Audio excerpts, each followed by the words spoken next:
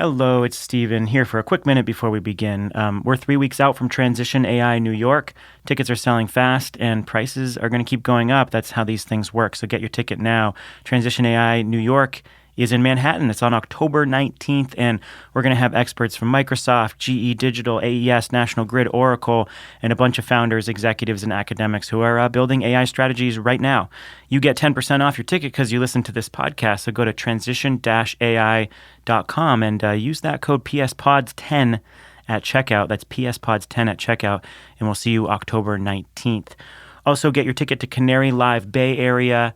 That's in Berkeley. It's on October 3rd. It'll feature a roster of top journalists and experts that are handpicked by the Canary Media editorial team, and they're going to dive into a wide range of topics, much of which they're covering over at Canary Media. So go to the link in the show notes and get your ticket to Canary Live Bay Area. And finally, go to latitudemedia.com to see a preview of the new B2B news site we're launching in October.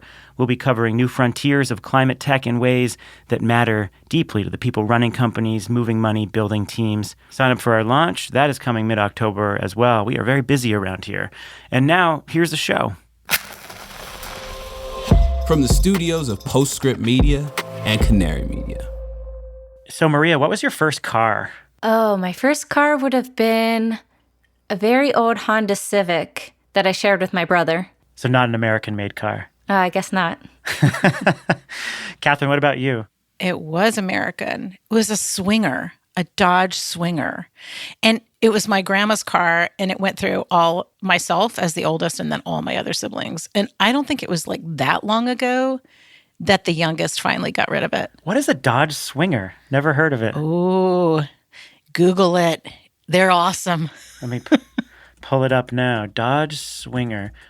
Oh, I know this car. This is an iconic car.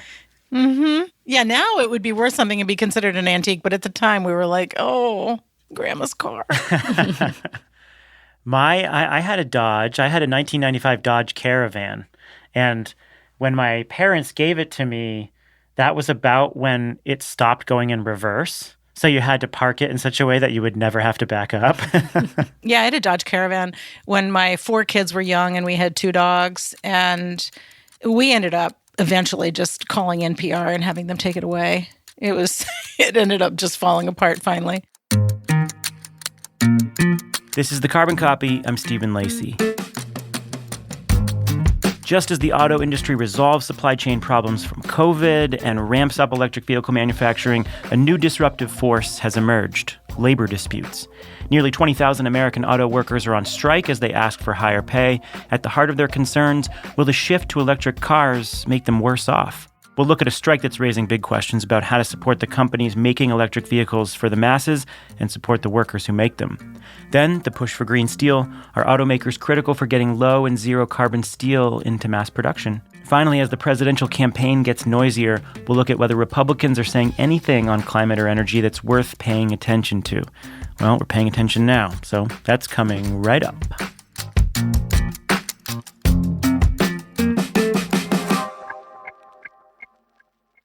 America's green banks are preparing to unleash a wave of capital for clean energy. The Greenhouse Gas Reduction Fund invests a historic $27 billion in projects nationwide. This could mobilize up to $150 billion of private capital for solar, storage, efficiency, and electrification in underserved communities.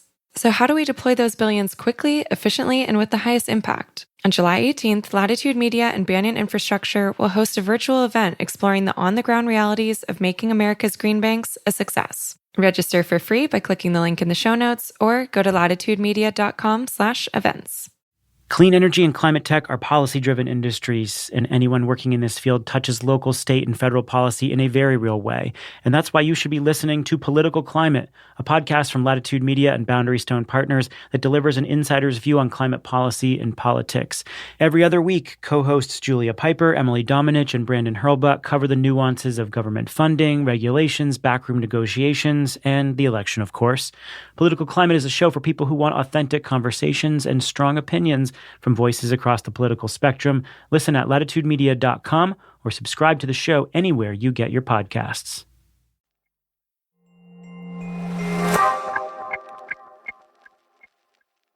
I am here with Katherine Hamilton and Maria Gallucci. Katherine is the co-chair of 38 North Solutions. Hello, Katherine. Hey, so happy to be back here chatting with you. And Maria is a clean energy reporter at Canary Media. Hello, Maria. Hey, Stephen. Nice to be back again, too.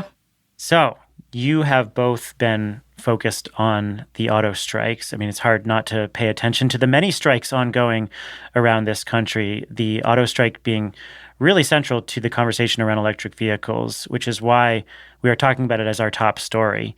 So the strikes hitting the auto industry right now are wrapped up in three very big stories from the last 15 years that have come to a head: the financial crisis, the push for electric cars, and the tension between labor groups and environmental groups in the green economy, and then also the alliance between those groups. So the United Auto Workers Union is staging limited strikes at General Motors, Ford, and Stellantis that are already causing supply chain snafus. The UAW is asking for a 30% pay raise and a restoration of cost of living adjustments as part of their demands. And a big fear central to these negotiations is that the shift to mass electric vehicle production will put more workers out of jobs. And so they're asking that new factories that produce EVs and EV parts and batteries, many of which have been supported by the Inflation Reduction Act, will be covered by new labor contracts. And the conflict is rooted in the financial crisis when auto workers made these deep wage concessions to save top automakers from going under. And it was at that time when Obama really beefed up his support of electric vehicles, and that set the stage for this eventual embrace of EVs by the industry's top automakers. And so the concerns are that EVs require fewer components, and then they will require fewer jobs. So the automakers say, hey, these massive pay hikes are going to hurt our ability to profitably make electric vehicles. In fact, just this week, Ford said it would halt development of this $3.5 billion battery plant in Michigan on the same day that Biden joined the picket line to support striking workers. So this is raising a lot of big questions about the future of EVs and about the relationship between progressives, environmental groups, and labor groups. And let's get into it. Katherine, why are electric vehicles such an important part of this conflict right now? Yeah, so let's just talk for 1 second about profitability. The CEOs of these three companies make between $21 and $29 million a year in their salary. That is 300 times more than their employees. So their employees have not had raises, as you mentioned, in a really long time. And here is an inflection point when we're building new factories, when they're retooling factories to start making electric vehicles, which are part of the new clean energy economy. And the UAW workers just want to be part of that future. It's different than when coal plants and coal mines shut down, where those workers were really kind of at a loss of like, what do we do next? Do we have to come up with different skills? There's nothing else that's really similar to this. But these are car companies. They're making the same product. They're just slightly different. And so it's really important that now we get it right, that you get all of the pay, but not just pay. It's also about worker safety. It's about benefits. It's about pensions. It's about supporting the communities. These are all communities, on which our economy has been built, similar to the way coal communities were really the shoulders on which the industrial age was created. These are all part of communities, and they want to be part of the clean energy revolution. And this is the time that they need to take that stand to do it. So I think it's really important that they do it. And I think it's a positive sign that it's around electric vehicles, because it really highlights the need for all of these workers to really begin to shift and learn new skills, but not in a way that is completely foreign to them. Maria, what's your take on the context here? You were actually in Detroit right before the strike started. You were covering a slightly different story that we're going to talk about a bit later. But what was the mood in the lead up to these strikes? Yeah, I was in Detroit a few days before the strikes actually started, and I was there meeting with environmental organizations and local activists to learn more about the impacts of steel production on communities, but also automotive plants and sort of the intersection of those two. So it was a really interesting time to be there. And from the perspective of the environmental groups I was with, they're part of this larger coalition of labor, environmental, social justice groups who were pushing the big three automakers to support the union's demands. And so, yeah, it was interesting because, you said kind of at the top that there's sort of maybe a tension between the environmental and labor and also an intersection. And I think that you're really starting to see environmental groups kind of come on board with labor organizations and say, we need this transition to happen for the environment, for the climate, but also here's an opportunity to bring workers along and make sure we're not sort of exacerbating problems in the workforce. Yeah, and that's what people mean when we talk about the just transition. It's not just about decarbonization. It's about all these other benefits to workers and people who are impacted in the various industries that are transitioning. And so there has been a long collaboration and sometimes dispute between environmental groups and labor groups. Katherine, do you want to go into that history a little bit and how that has all fed into where environmental groups and the Biden administration stand on this issue now, even though it will probably impact EV production in the short term? Yeah, so I reached out to the Blue-Green Alliance, and they've been around since 2006. And their member groups include environmentalists like the Sierra Club, NRDC, National Wildlife Federation, Union of Concerned Scientists, EDF, League of Conservation Voters, all of those major environmental groups. But they also include United Steelworkers, American Federation of Teachers, the plumbers and pipe fitters, the bricklayers, and the UAW. And they have always worked to align the clean energy future with the unions, understanding that it's really important to have those good jobs ready to really transition us. And I'll just give you an example of an industry that I think is interesting. I work a lot with Solar Holler in West Virginia, and their CEO told me he encouraged his employees to join IBEW because he said, otherwise, I can't compete for the labor. This is a really tight labor market, and I need those good people. And if they're in unions, all the better. And so I think that this group and others really see this as a time to align the needs of the workers in a way that really does give us a sustainable future. And I don't think that's at all at odds with our climate goals. Katherine, do you get a sense that there was any tension inside the environmental movement about how much to throw their weight behind the UAW's demands? Because whether or not the automakers are being totally honest about what this would do to the cost of electric vehicle manufacturing and whether these wage increases would hurt their ability to roll out mass electric vehicles, certainly there is a tension here and it could hurt production. Like, do environmental groups grapple with how much to support labor versus how much to just support getting as many electric vehicles on the road as possible? I haven't really seen that recently at all. And just keep in mind that the UAW has a really long history of environmental activism. They were pivotal in making and planning the first Earth Day. So they have long been really engaged on environmental issues. And I think that in those large environmental groups that I mentioned are all very aware that we have to have a workforce that is able to compete with the global workforce. And that's where we, I think, see some tension is more about, how workers are paid overseas rather than here. And do we really take seriously onshoring and wanting to make sure that we have a sustainable and a workforce that won't change jobs, that we can, is really built for retention. And in order to do that, they have to support the communities, the workers, their health care, all of those benefits that come with it so that they can be part of the clean energy transition. And I think that will actually solidify a much faster transition and evolution to EVs than if we didn't do that. I think that's what we're seeing. So in September this month, the Department of Energy put together this $15.5 billion package to help automakers retool their factories to make electric cars. Maria, you wrote about this story and this funding. It's pretty critical for the industry, but also probably feeds into some of the fears from the union. Tell us about the funding itself and its intersection with this current strike.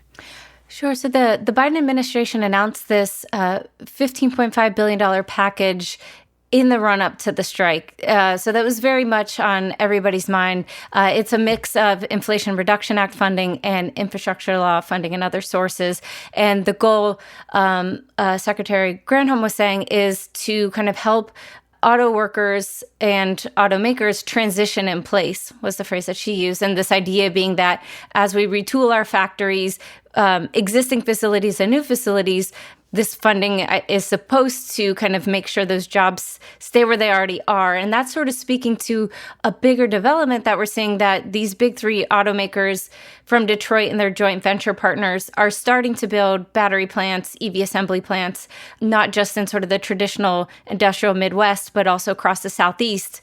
That's also in the Southeast is where states tend to have sort of these right-to-work policies, and there's concerns that automakers are shifting production south because there is less union representation. The automakers might have more leverage over their workers. So this funding, this $15.5 billion funding, it seemed like the point was to kind of assuage some of these auto workers' concerns, to say, here, no, we're helping to keep these plants in place. But Secretary Granholm said she didn't know how much or if this money would factor into the negotiations, but it seemed, based on the timing of this announcement, that was front and center in everyone's mind. All DOE funding has strings attached on project labor agreements or union labor, community engagement, and so every single dollar that's going out of DOE, and it's this was all put into the statute as well, requires that fair wages are given to employees in the clean energy transition if they get government funds. So the three of us come to this story mainly as experts on electric vehicles, not on labor law. But any predictions on how this may shake out? I'm hopeful that they can find a resolution and give the UAW employees what they need so that we can move forward with EVs. I want to get a new one, and I want to see them coming off those assembly lines. Yeah, I certainly don't have much of a crystal ball when it comes to this, but I also think that, a great outcome could be this sort of resetting, ensuring that there is indeed a just transition, and that it's not just sort of a race to produce as many EVs as quickly and as cheaply as possible, but to do it in a way that actually fulfills these claims of a green energy transition, providing green energy jobs. So it could be an important turning point.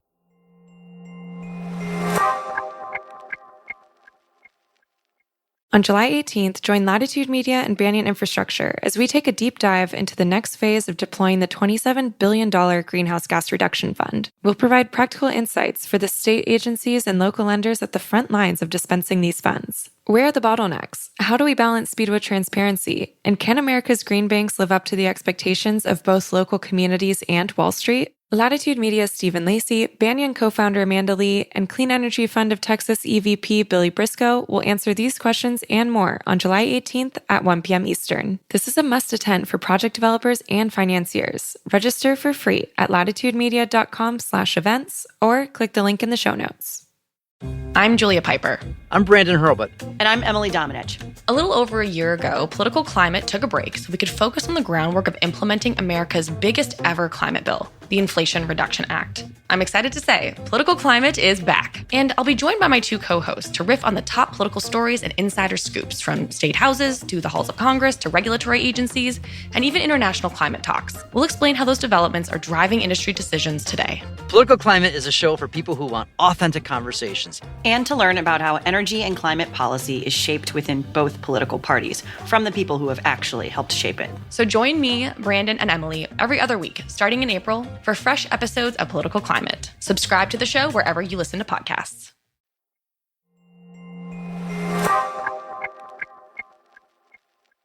Let's turn to steel.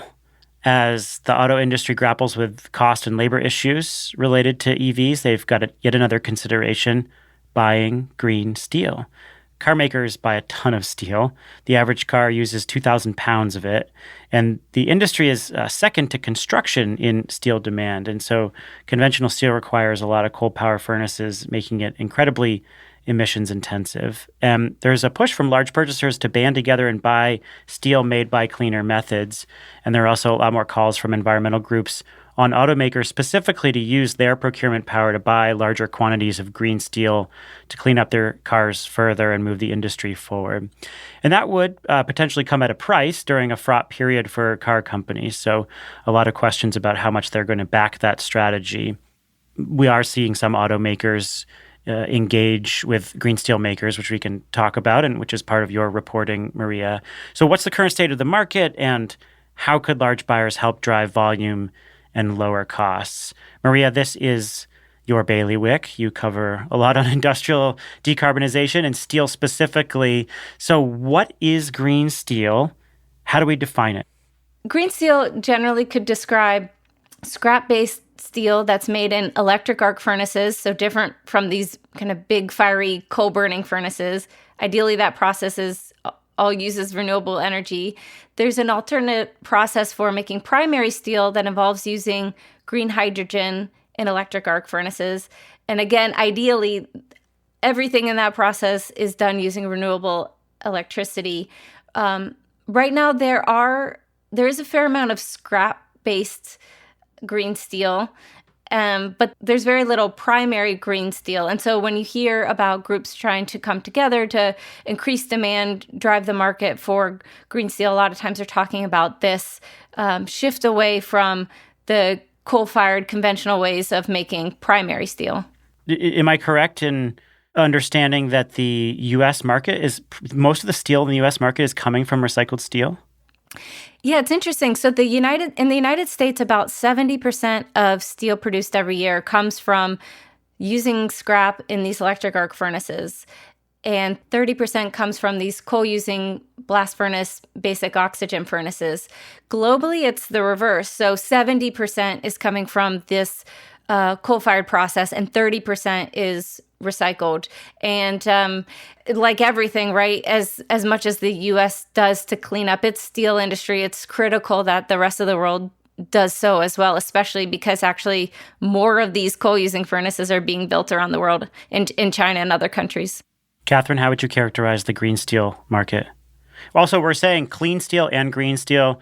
We're just using them interchangeably, which is common. Yeah, there's also near zero emission steel. It's one of the, like hydrogen, right? There's a million ways to describe cleaner versions. Yeah, exactly. And because this product doesn't exist at scale yet, the commodity doesn't really exist. We don't know what the pricing is going to be. There are a lot of different ways to produce it. As Maria said, it's like when what do we share, like 50% of the DNA of a banana, and it's the other 50% that makes us different. There are 3,500 types of steel. 98% of the steel is iron, but the other 2% is the difference of what makes all of those 3,500 different types. So much of this is about iron, and iron is 90% of the emissions that you're getting out of this. But for all industrial sectors, this all depends so much on electrification and ubiquitous clean energy. So in order to even get the electric arc furnaces to be zero emission, you have to have those coming from renewable energy production. And that's not quite moving fast enough, right, to decarbonize all of these industrial sectors, including steel. So part of this is about, making sure that we get renewables in place, and intermittent renewables work for some of them. We work with a company called Electra that can adapt their processing based on the intermittency of renewables, but not all of them can. A lot of them need baseload.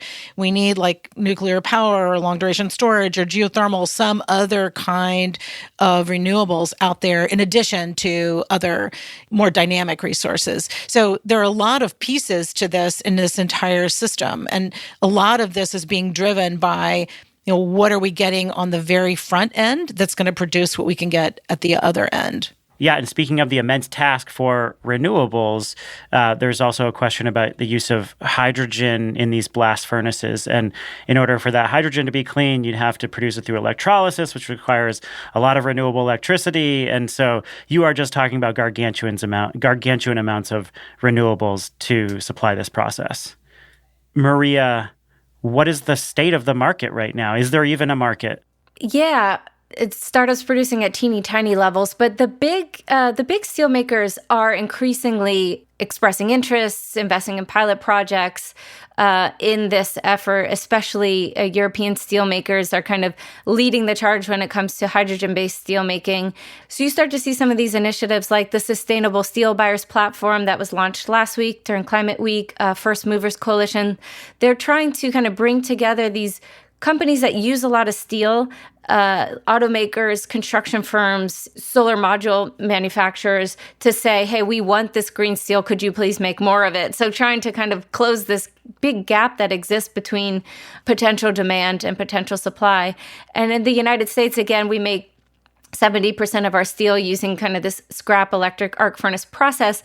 But the other 30%, there's not a lot of movement on sort of the green side of things. The steelmakers are making investments that they say clean up their processes, and then they can characterize that as green steel. But in terms of hydrogen-based steelmaking, other efforts, it's all very, very early days. So there is the Sustainable Steel Buyers Platform, this new platform. We have the First Movers Coalition. We have Steel Zero.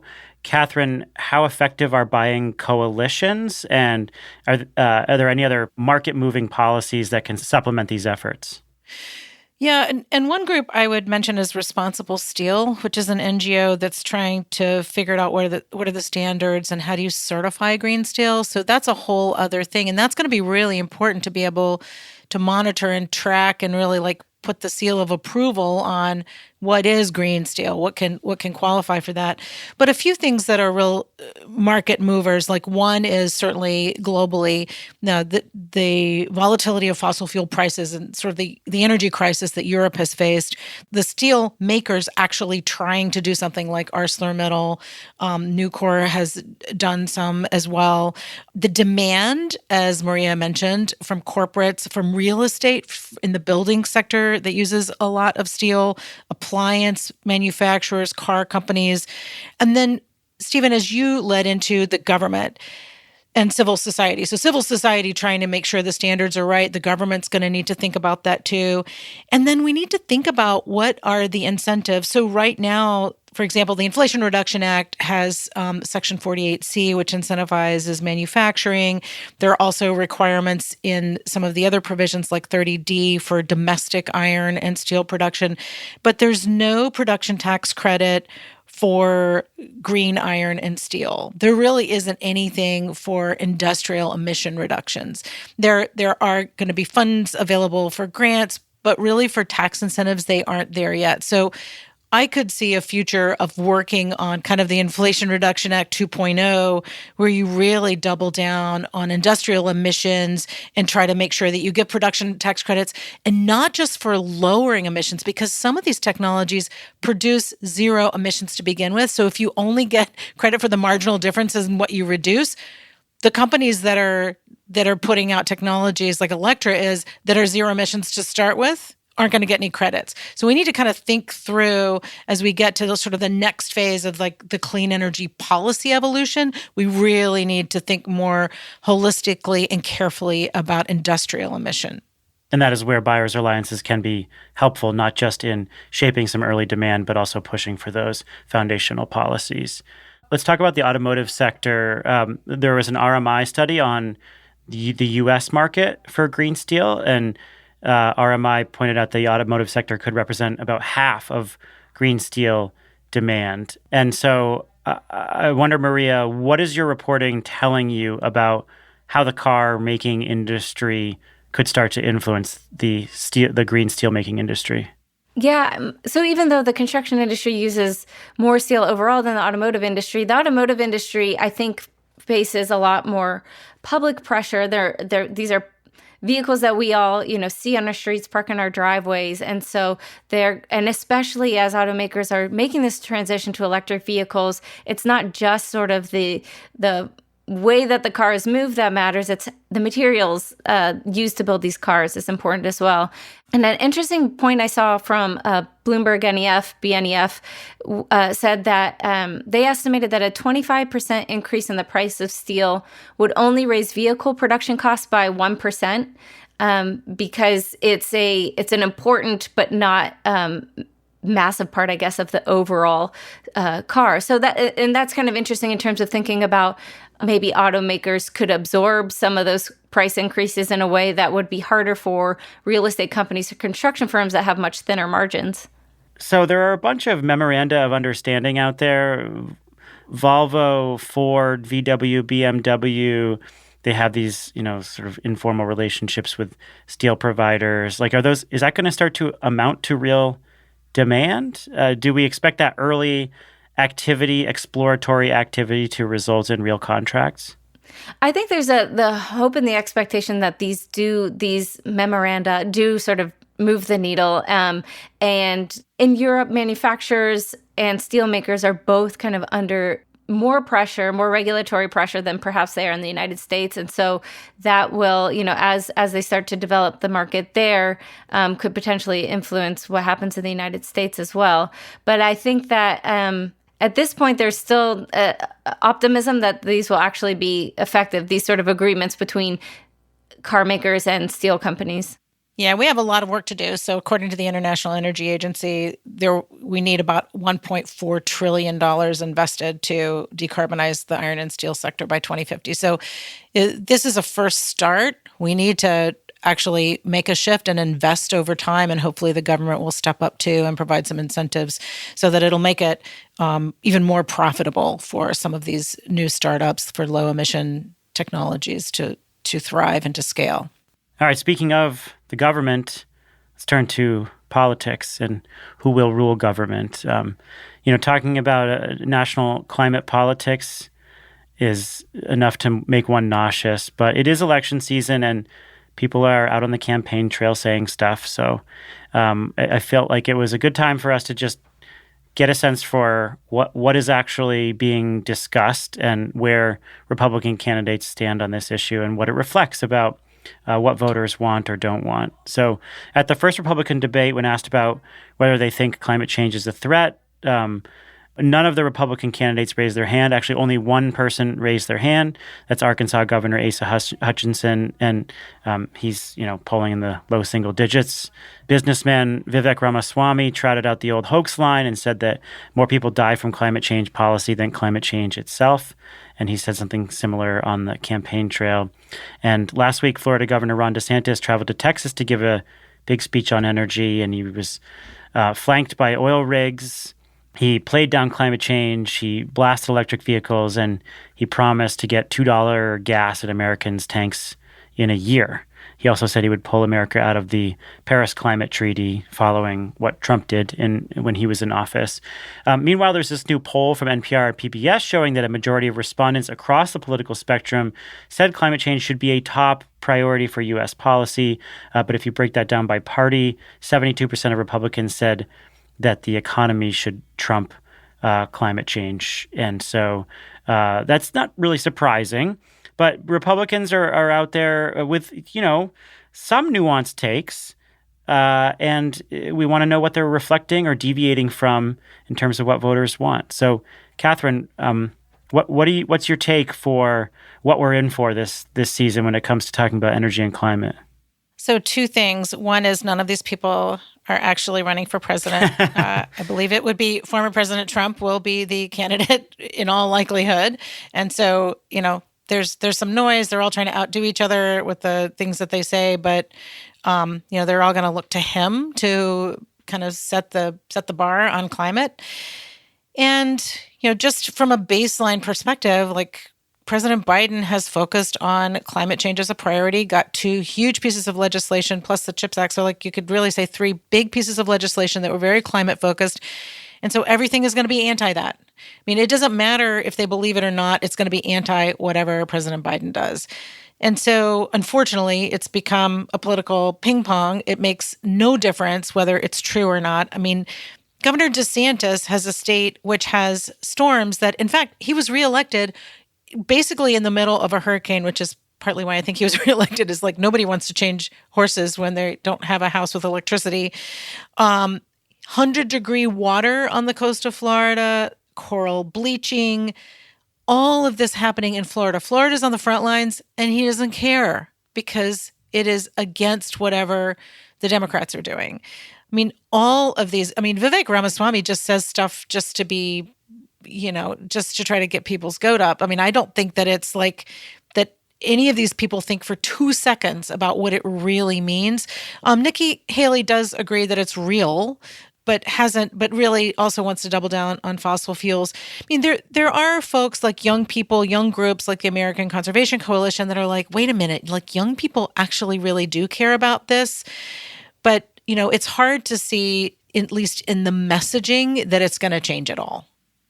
I took a peek at the roundup of Republican candidates on the New York Times, and Trump is at the top. And the first sentence describing his platform was, his actions as president may have caused irreversible damage to the global climate.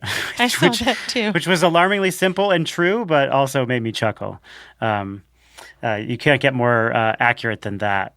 So as I dug through these candidates, I think everything you said is true, Katherine. Some days I don't know why we talk about this, but I think it's important to talk about just because many of these candidates reflect what's happening locally in their states, some of the nuanced positions that they might take. And there are some nuanced positions here, actually, for some of the low-level candidates. It does reflect like how different parts of America talk about this issue. And I think it's also important because if there is a Republican president, there are a lot of policies that they could start to tear down. So we have to kind of pay attention to how they're framing this. So as eye-rolling as it can be, I think it is important. And as I walked through some of the stances on climate change that the New York Times put together, which I thought was a pretty good account, there are some nuances here. You've got former New Jersey Governor Chris Christie, who initially supported the Northeast regional cap and trade system. He has been pretty clear that he thinks we should do something about climate change, has more of a free market approach. Asa Hutchinson, who I mentioned, who's the former governor of Arkansas, says he doesn't want government mandates, but is a supporter of renewables and says that he wants a market-driven solution toward clean energy resources. And you've got a couple more examples like this in the low-level candidates. So I think that's kind of interesting. It's not going to influence the Republican Party platform at all, but does say something about how some of these local officials are couching this stuff around the country. Maria, what's your take? Yeah, I think it's interesting. I looked at the New York Times roundup that you mentioned, and these lower level candidates, a lot of them seem to kind of acknowledge the science, right? That climate change is happening, humans are causing it, but their focus is on adaptation. There's some cognitive dissonance there, right? If you're focusing on adaptation, wouldn't you want to make that your job easier then by kind of limiting global warming to the extent that you can? So it seems like they're trying to walk this line. Younger Republican voters in particular are interested and concerned about the climate. So how these candidates are trying to walk this line of acknowledging the crisis is happening, but kind of eschewing the need to actually do anything about it. And sort of kind of circling back to Governor DeSantis's speech, it was kind of, I guess every election cycle, you sort of hear the same sort of lines trotted out. And he's talking about energy dominance and lowering the price of gasoline, which the price of gasoline is not something that any single president can control. And the energy dominance aspect is really interesting because, of course, the United States is now the world's largest oil and gas producer. We have booming exports of liquefied natural gas. And that's happened largely under Democratic presidencies, which is very complicated then for those presidents, for Obama and Biden's sort of climate legacy. But, these arguments that the candidates are making lack any of that nuance at all.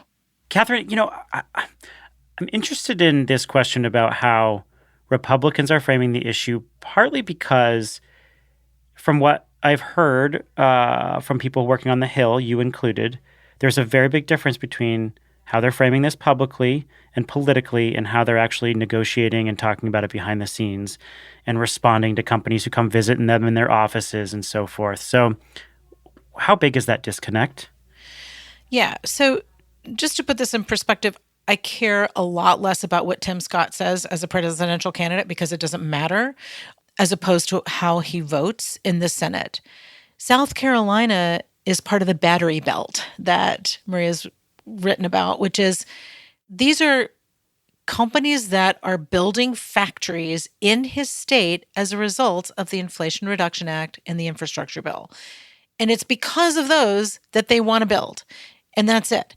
And the issue is, like, can he connect the dots to show up at a ribbon cutting, which they probably will show up to a ribbon cutting, whether or not they admit that it's part of this law, and vote the right way. So I just use totally different language. I don't talk about climate change. I can't, because I will pull my hair out. Instead, I talk about technology innovation. I talk about resilience, cost effectiveness, jobs, economic growth. I mean, there's so many ways that you can talk about the clean energy transition that doesn't have to bring up something that has become a political pinball. I remember right after Trump got elected, there was some very striking Republican polling that came out that showed a vast majority of Republican voters support renewable energy. They wanted to see a lot more wind and solar development, and it was the vast majority. And as soon as you started bringing in climate messaging, the responses changed, and I think that is very much reflected in what you said, Katherine. This is all about framing, and the vast majority of Republicans want to see economic development in their states, and they support a lot of this stuff. I do think that has shifted since the beginning of the Trump era, because there has been a major mobilization effort on Facebook in particular, and a lot of support from fossil fuel groups to support these groups that they're sort of opposing wind and solar development. And then within the Republican Party, there's a bigger push to sort of stymie local renewable energy development. But on the whole, I think the party still very much supports the economic development associated with, mass scale of renewables. I just want to remind everybody that the infrastructure bill was bipartisan. And so a lot of this foundational and really necessary infrastructure that's going into the clean energy future is supported by everybody. Let's close with our segment called The Forecast, where we take a brief look at a current ongoing story that gives us maybe some preview of the future. Maria, what's your story? Yeah, so the story I wanted to share was a piece in the New York Times that came out on September 20th about how Michael Bloomberg, the former New York City mayor, is now kind of turning his money and attention to the petrochemical industry. He spent hundreds of millions of dollars trying to get coal plants shut down, and now he's trying to do the same, I suppose, for petrochemical plants, especially those in the Gulf Coast region. And I think this will be really interesting to watch, because it's replacing petrochemicals, reducing emissions and pollution from that industry is perhaps not as straightforward as it is with shutting down a coal plant and building renewables to replace it.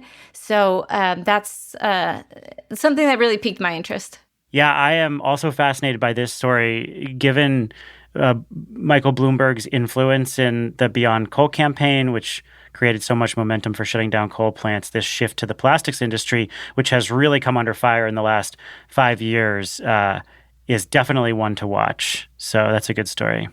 Yeah, petrochemicals is so interesting because there's a lot of facets. There's plastics, and can we reduce plastic production? How much of this do we actually need? But then there are certain chemicals, and especially those used for fertilizers or medicine, pharmaceuticals, that will be difficult to replicate. So I think, but though it's great to have that sort of discussion start and start thinking about solutions, which will obviously be very complicated, just like they are with steel, if not more so. Katherine, what's your story? Yeah, so I've been toiling in the vineyards forever, it seems like, for distributed energy resources and trying to get state commissions and utilities to pay attention. And I feel like we're starting at least to get some love from the feds. Certainly, Jigger has spent a lot of time talking about virtual power plants, which are essentially aggregating distributed energy resources. And the Department of Energy just released a big funding opportunity of $50 million that would go to distributed energy systems that are aggregated. And they're gonna fund some big projects. And I'm really excited that they're shining a light on this. And I'm hoping that this will do will help us educate state policymakers, state regulators on the benefits of distributed energy resources and how important it is for customers to have all these choices and be able to make these decisions as to whether they want to go to a clean energy future or not.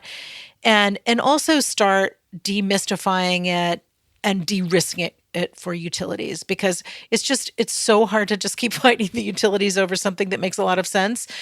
So I'm very hopeful that this is a trend that will continue, and I'm interested to see how that $50 million is spent.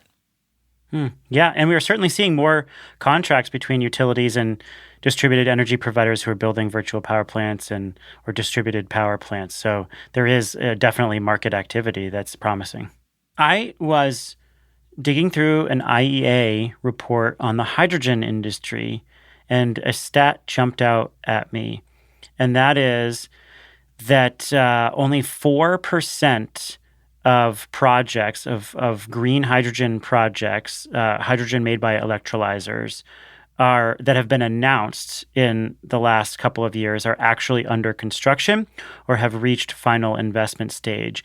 And that is largely because of inflation and financial costs.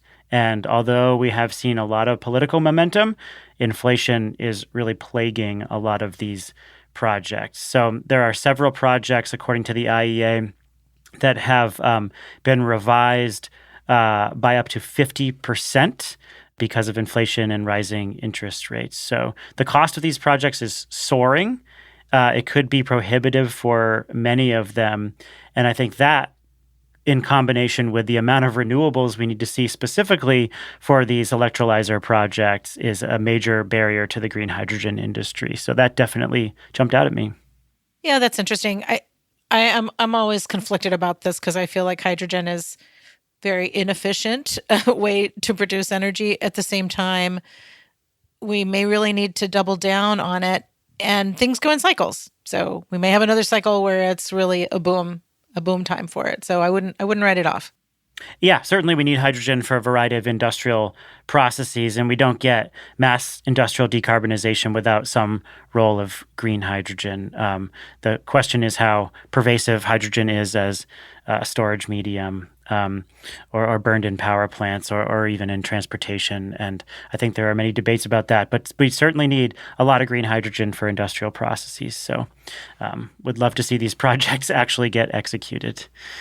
Yeah, it's a little overwhelming sometimes when you think about something like green steel or, cleaning up petrochemicals, et cetera, how much they depend on this green hydrogen and how very little, like you just said, of it is actually being built.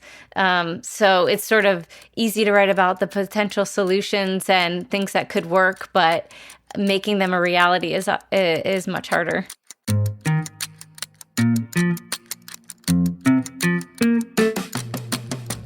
Maria Gallucci of Canary Media, thank you so much. Thank you. Katherine Hamilton of 38 North, good to see you. You too. Always a pleasure to talk with you both, and that is going to wrap the show. This episode was produced with help from Dalvin Abawaje. Sean Marquand's our engineer. Original music comes from Blue Dot Sessions, and Sean Marquand wrote our theme. Postscript Media is supported by Prelude Ventures. Prelude is a venture capital firm that partners with entrepreneurs to address climate change across energy, food and agriculture, transportation, logistics, advanced materials, manufacturing, and advanced computing. This is a co-production between Postscript Media and Canary Media. You can find a lot of the stories that we covered in the show notes, many of which are Canary Media stories. Give us a rating and review on Apple or Spotify. Send us your reactions and thoughts on social media, and definitely send this to a friend or colleague if they would get a benefit out of this show. Thanks so much for listening. I'm Stephen Lacey. This is The Carbon Copy.